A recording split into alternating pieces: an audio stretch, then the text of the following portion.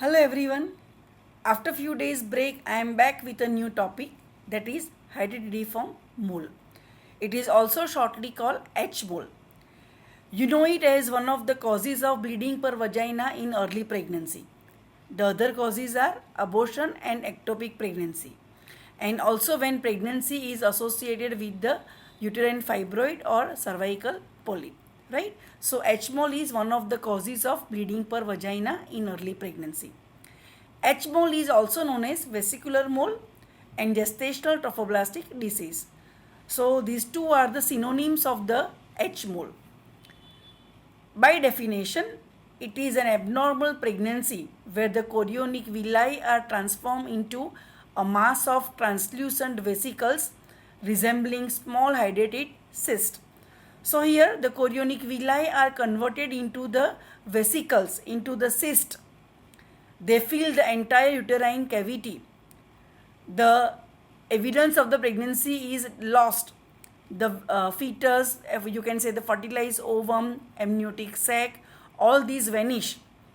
After development of the H mole, you will not get any evidence of the recent pregnancy in the uterine cavity. So that is the development of the H mole. Now what is this chorionic villi? Let's see this diagram. You can see on the outer edge the projections are there on all over the surface. These are the chorionic villi. There are two fetal membranes, amnion and chorion. Amnion is the inner fetal membrane, chorion is the outer fetal membrane.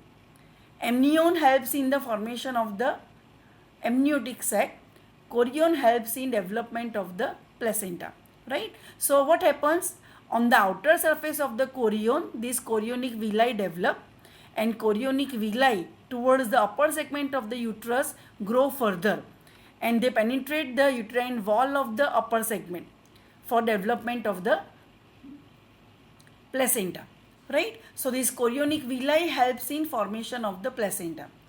What happens in H mole? These chorionic villi, they are converted into the mass form, into the cyst form. They fill entire uterine cavity. So that is development of the H mole. Now we come to the incidence of this condition. It is 1 in 500 pregnancies. The incidence was reported highest in Philippines, that is 1 in 126 pregnancies. It is about 5 to 6 times more common in India than in the Western countries. The reason may be Indian women are having the lack of nutrition. They suffer from the lack of nutrition because of the inadequate diet. So inadequate nutrition may be resulting into H mole. Etiology. The exact cause of this condition is not known, but there are some probable factors, like it may develop as the ovular defect. There may be defect in the fertilized ovum only which lead to this condition. It is more common in multiple pregnancy, say in twins pregnancy. In twins pregnancy, one of the fertilized ovum may develop H mole. The other fetus may be growing quite well. So it is more common in the twins pregnancy. It may develop at benign new growth of the chorionic epithelium. It is also common in the repeated pregnancies. When the woman becomes pregnant again and again,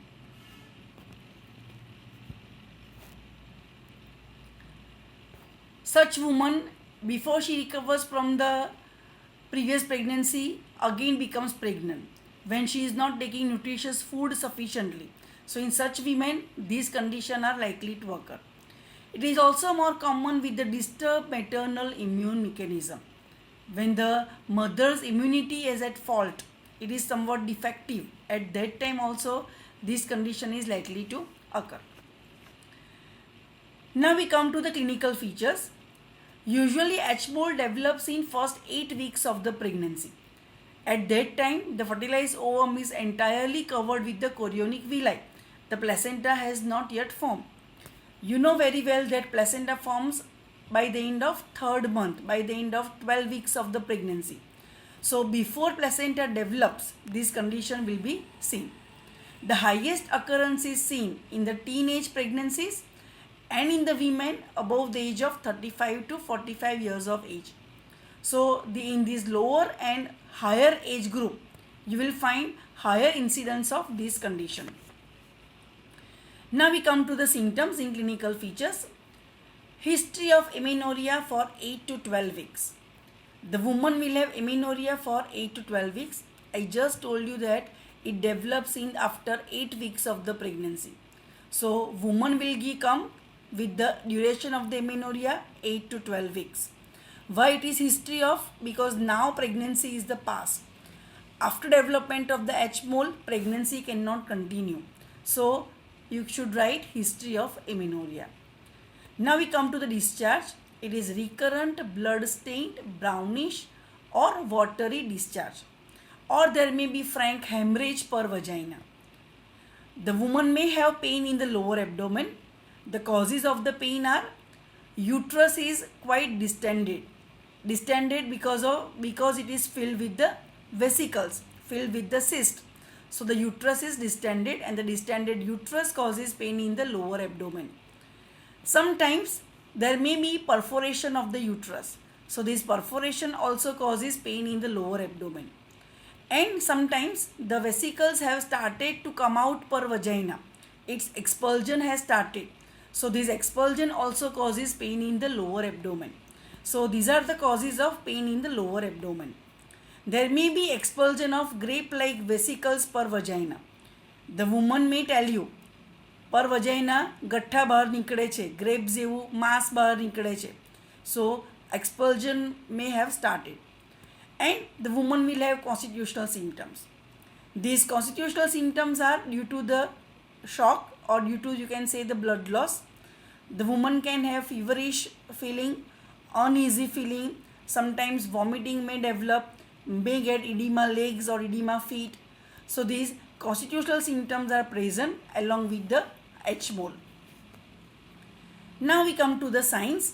You will find the signs of early pregnancy. Signs of early pregnancy means breast changes may be there, linea nigra may develop, right? So these signs of the early pregnancy may be found. Signs of the anemia, that is due to the blood loss. If the woman has frank bleeding per vagina, then woman becomes anemic because of the severe blood loss. So you will get the signs of the anemia. Like when you examine the patient clinically, you may find the tongue pale, conjunctiva pale, skin pale. The woman has tired feeling. She feels exhausted off and on.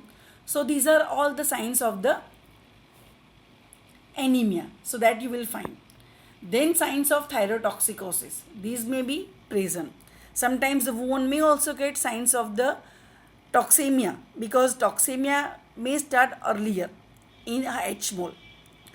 On per abdomen finding, you can say the size of the uterus.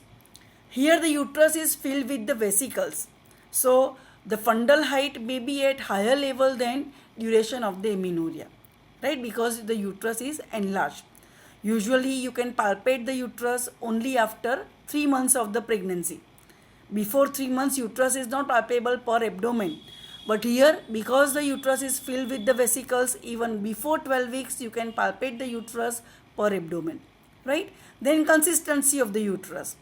The uterus is firm in the consistency. When you will find the uterus soft, or why you will find the uterus soft? Because there is amniotic sac inside the cavity. So this amniotic sac causes or produces a spongy feeling, soft feeling. But here the amniotic sac has absorbed, it has vanished. So you will not find the uterus soft, it will be firm.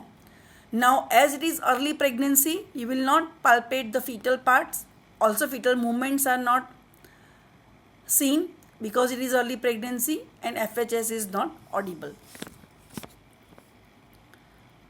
On per vaginal examination, internal os closed or open. If expulsion of the vesicles have started, you will find the internal os open. But if expulsion has not yet occurred, then you will find the internal os closed, right? So history will correlate. Suppose if the patient tells you that grape-like vesicles or the mass-like vesicles are coming out per vagina, when you examine that patient per vagina, you will find internal os open. But if there is no such history of the expulsion given by the patient, you will find the internal os closed, right? Then blood stained discharge coming out per vagina. It may be frank bleeding. The vaginal discharge may be totally absent. So it is not seen in all cases. Then bilateral cystic ovaries. It is felt in few cases on posterolateral phonesis. This is the location of examining or palpating it. Then we come to the investigations. You should go for the quantitative HCG assay. HCG is human chorionic gonadotrophin. You will find that it is increasing. So beyond 100 days of gestation, if you find the higher titer or constantly increasing titer of HCG, it is in favor of H mole. It means that H mole has formed. And to confirm your suspicion, you should repeatedly go for the HCG assay. It is very important. On USG, you will find the snowstorm appearance. This is the snowstorm appearance which you find on USG, and that is suggestive of the molar pregnancy, development of the H mole. You can see in this figure, in this diagram, or in this picture of the USG film, snowstorm, as if the storm is there. Such feeling is there on getting this picture. So it is a snowstorm appearance. You may find you may go for the blood test, where you should go for the hemoglobin detection, WBC count, that is maybe due to some infection, or sometimes the vesicles, if retained into uterus, the woman can develop sepsis. So WBC count is important. So blood test should be done. You can also go for the blood grouping in the blood test, because whenever the woman has severe blood loss, you should go for the blood transfusion also. So to know her blood group is also important. And also you can go for the hepatic, renal and thyroid function test if required. It is not important in all cases. Now we come to differential diagnosis: threatened abortion, twins pregnancy, pregnancy with ovarian cyst, pregnancy with uterine fibroid, retroverted gravid uterus with distended bladder. These are the various conditions which must be differentiated from the H mole. More commonly in the abortion and in the uterine fibroid, differentiation is very, very important. Now we come to complications. Complications are of two types: immediate and late. Immediate complications are hemorrhage and shock, sepsis, perforation of uterus and preeclampsia. And the remote complications are choriocarcinoma. It is very rare but still may occur. So you should also consider these complications whenever you are examining the patient. Prognosis of this condition: the maternal mortality varies between 1 to 5% due to the complications. So the death occurred due to the complication. Now we come to the treatment. First, what is the principle of the treatment? Our aim of treatment is to first detect H mole, to find out H mole as early as possible or at the earliest. And once it is diagnosed, uterus should be evacuated at the earliest. So evacuation of uterus is very, very important. It should be made free from the vesicles. Otherwise, the retained vesicles will lead to sepsis, and this will complicate the mother's condition, right? So to avoid it, once H mole is detected, it is diagnosed, evacuation of uterus should be done at the earliest. Now general treatment. What general treatment we can give? If the woman has excessive blood loss, if the woman is going into shock, you may go for the intravenous glucose saline. If required, you may go for the blood transfusion, right? Prophylactic chemotherapy may be given. That is due to the, as I told you, in the complications, choriocarcinoma is common, right? So to avoid it, as a prophylactic measure, you can go for the chemotherapy. Then uterine evacuation. I just told you, once H mole is detected, the uterus should be evacuated at the earliest.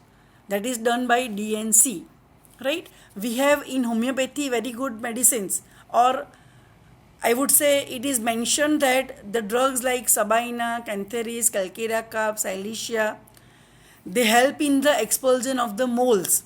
They promote the expulsion of the moles. But practically, when H mole is detected, you have to send the patient for DNC, for the uterine evacuation.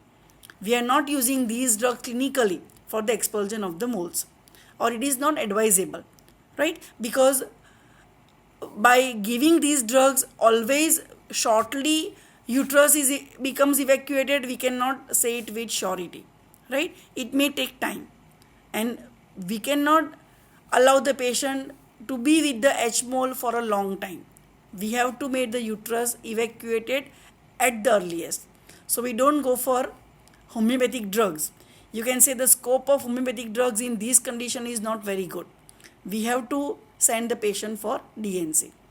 And at last measure, as a final measure, you can go for the hysterectomy. Like suppose after undergoing or after having uterine evacuation, patient still complains of bleeding per vagina. That is because of the retained moles in the uterus. Ultimately, when patient's condition is troublesome, you may go for the hysterectomy. It is advisable, right? So these are all the lines of the treatment. Then follow-up care. After treatment of the patient, once patient gets free from the H mole, her follow-up care is very important. And this follow-up care should be given at least for 2 years after the complete clearance of the H mole. Because during this period, there are chances of development of the choriocarcinoma. So the woman should be taken care of, her follow-up care should be taken for 2 years after removal of the H mole, right? How you will maintain this follow-up care? Her case should be properly taken. Her clinical examination should be done. So by clinical history, you can go for this follow-up care. And also at regular intervals, you can go for the HCG assay. Because if HCG is increasing or showing any fluctuation, you may doubt for the choriocarcinoma, and then you can go for the other required investigation, right? So this was all about H mole. I hope you all understood the topic nicely. Thank you.